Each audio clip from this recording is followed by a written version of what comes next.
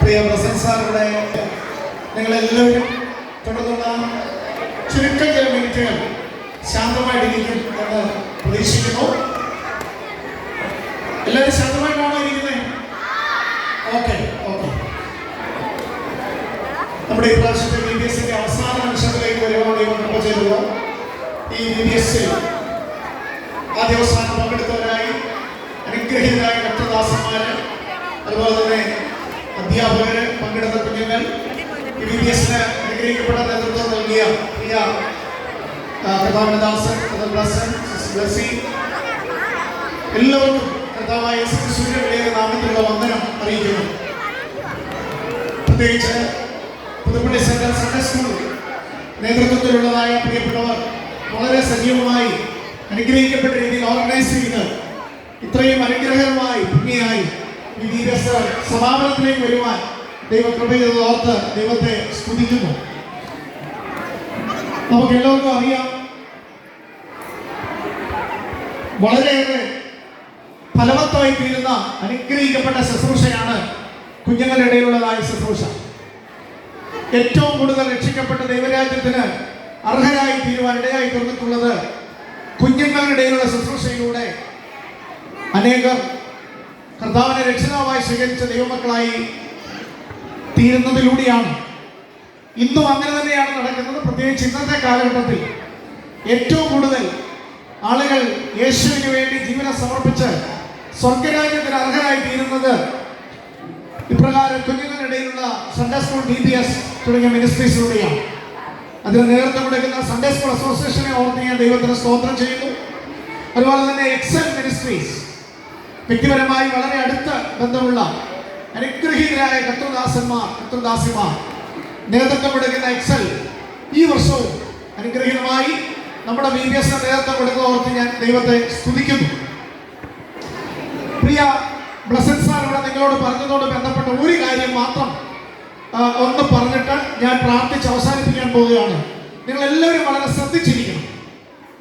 ഇംഗ്ലണ്ടിലെ സ്കോട്ട്ലൻഡ് എന്ന് പറയുന്ന സ്ഥലത്ത് ധാരാളം കുഞ്ഞുങ്ങളുടെ ഒരു മീറ്റിംഗ് ഇതുപോലെ നടക്കുകയാണ്.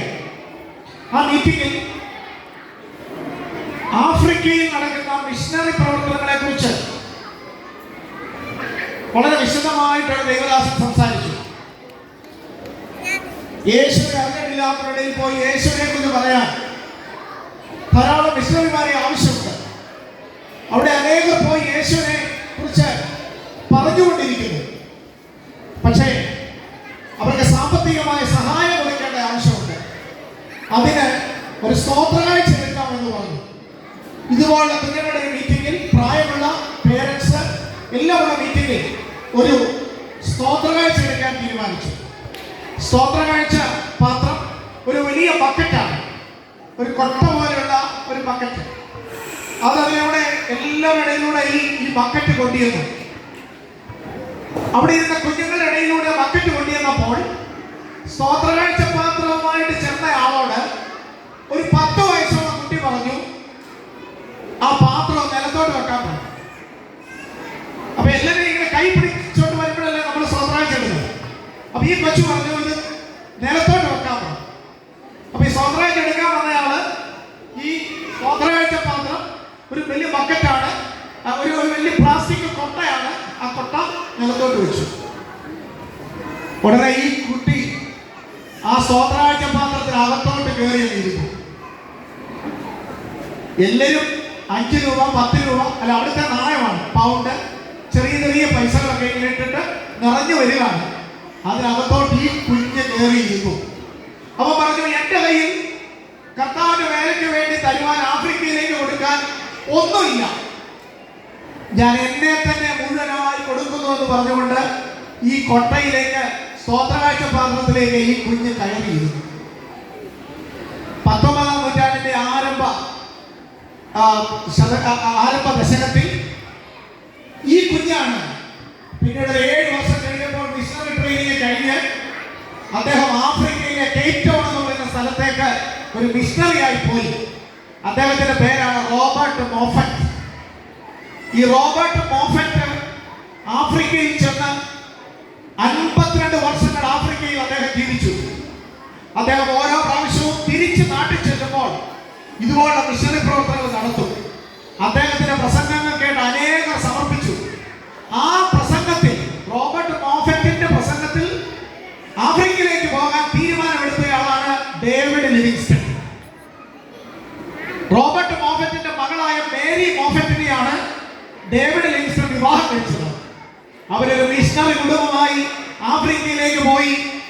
ഇരുണ്ട ഭൂഖണ്ഡമായിരുന്ന ആഫ്രിക്കയെ വെളിച്ചമുള്ള ഭൂഖണ്ഡമായി മാറ്റാൻ ദൈവം ശക്തമായി ഉപയോഗിച്ച ഡേവിഡ് ലിവിങ്സ്റ്റനെ അതിലേക്ക് നയിച്ചത് ഈ റോബർട്ട് മോഫറ്റ് ആണ്.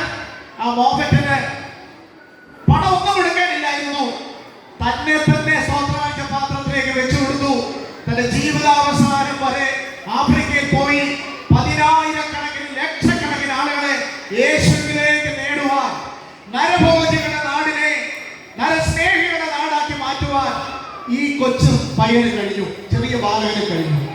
പ്രിയ കുഞ്ഞുങ്ങളെ, നിങ്ങൾ പലരും കർത്താവിനെ രക്ഷിതാവായി സ്വീകരിച്ചു.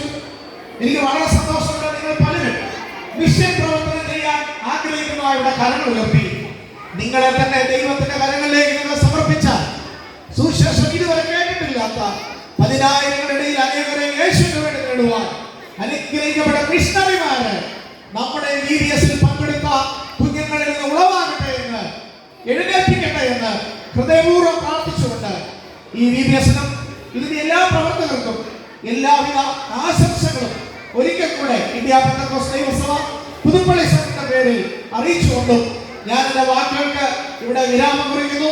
ദൈവമായ കർത്താവ് നമ്മെ ഏവരെയും അനുഗ്രഹിക്കുമാറാകട്ടെ.